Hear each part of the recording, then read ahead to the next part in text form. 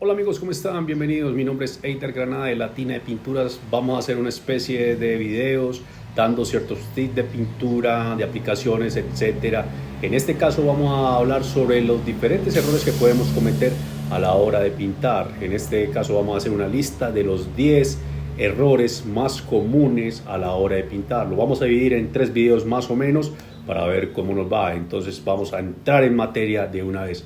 El primer error más común que se puede hacer a la hora o antes de pintar es no limpiar la superficie. Es un error muy común y es muy básico. Por lo general, siempre cuando vamos a ir a una obra empezamos a pintar directamente sobre el sustrato, sobre la superficie, ignorando, digamos, si hay alguna suciedad, alguna grasa que nos pueda, digamos, afectar el acabado final de la pintura. Por lo general no hay necesidad de limpiar muchas obras, pero en ciertos sitios es mejor uno curarse en salud y poder limpiar la superficie previamente. Por ejemplo, cuando vamos a repintar una cocina.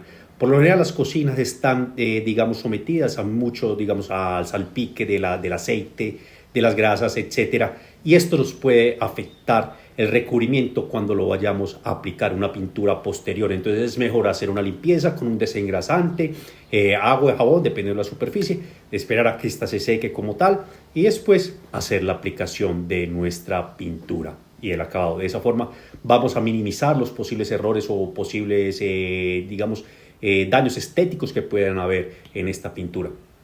El segundo error más común que podemos cometer a la hora de pintar es la no aplicación de primer. Por lo general acá en Colombia la gente omite mucho el primer y a veces no hay necesidad de eso, dependiendo de la pintura que vos utilices.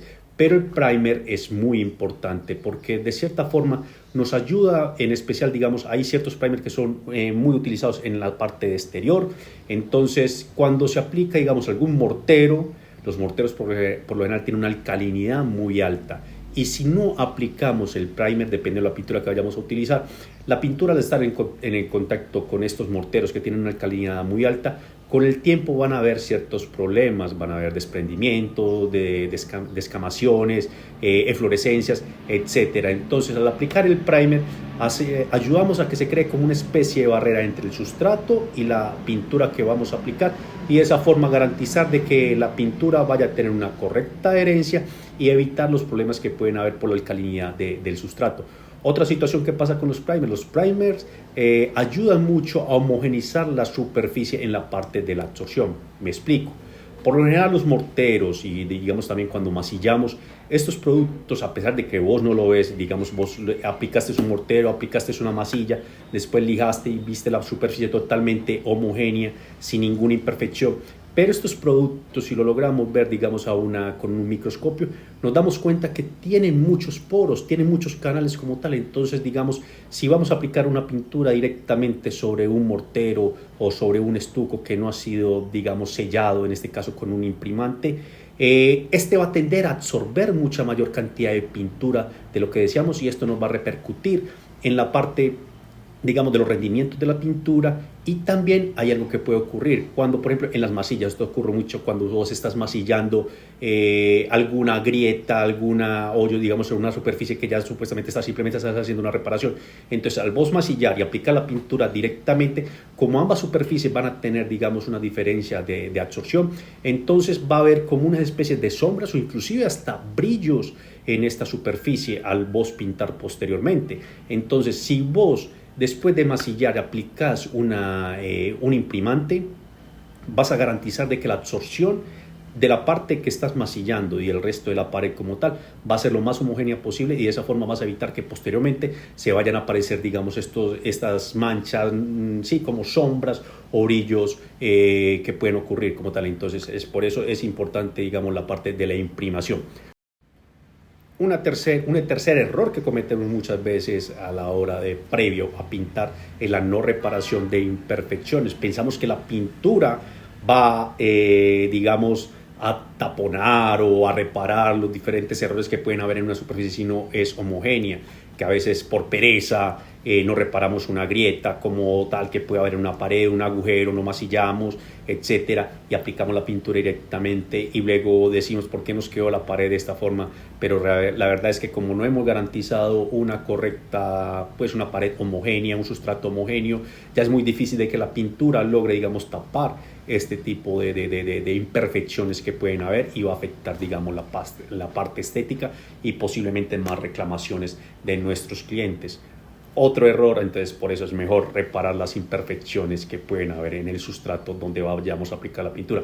Otro error muy común a la hora de pintar es no respetar los tiempos de secado. Este es un error muy común y ocurre mucho, digamos, cuando estamos afanados en entregar un proyecto que a veces nos dicen, no, simplemente ustedes tienen esta noche. A veces ocurre mucho en los centros comerciales, en los locales comerciales, que simplemente pueden trabajar es en la noche porque en la mañana van a llegar nuevamente a trabajar, o a veces con las constructoras que le exigen al contratista entregar X cantidad de apartamentos por semana. Entonces, claro, uno dice que sí, pero le toca a uno forzar de cierta forma el secado que hay de masillas, estucos, pinturas, antes de aplicar la siguiente capa, y esto puede afectar de forma negativa la apariencia estética. Vamos a ver, digamos, acá un ejemplo.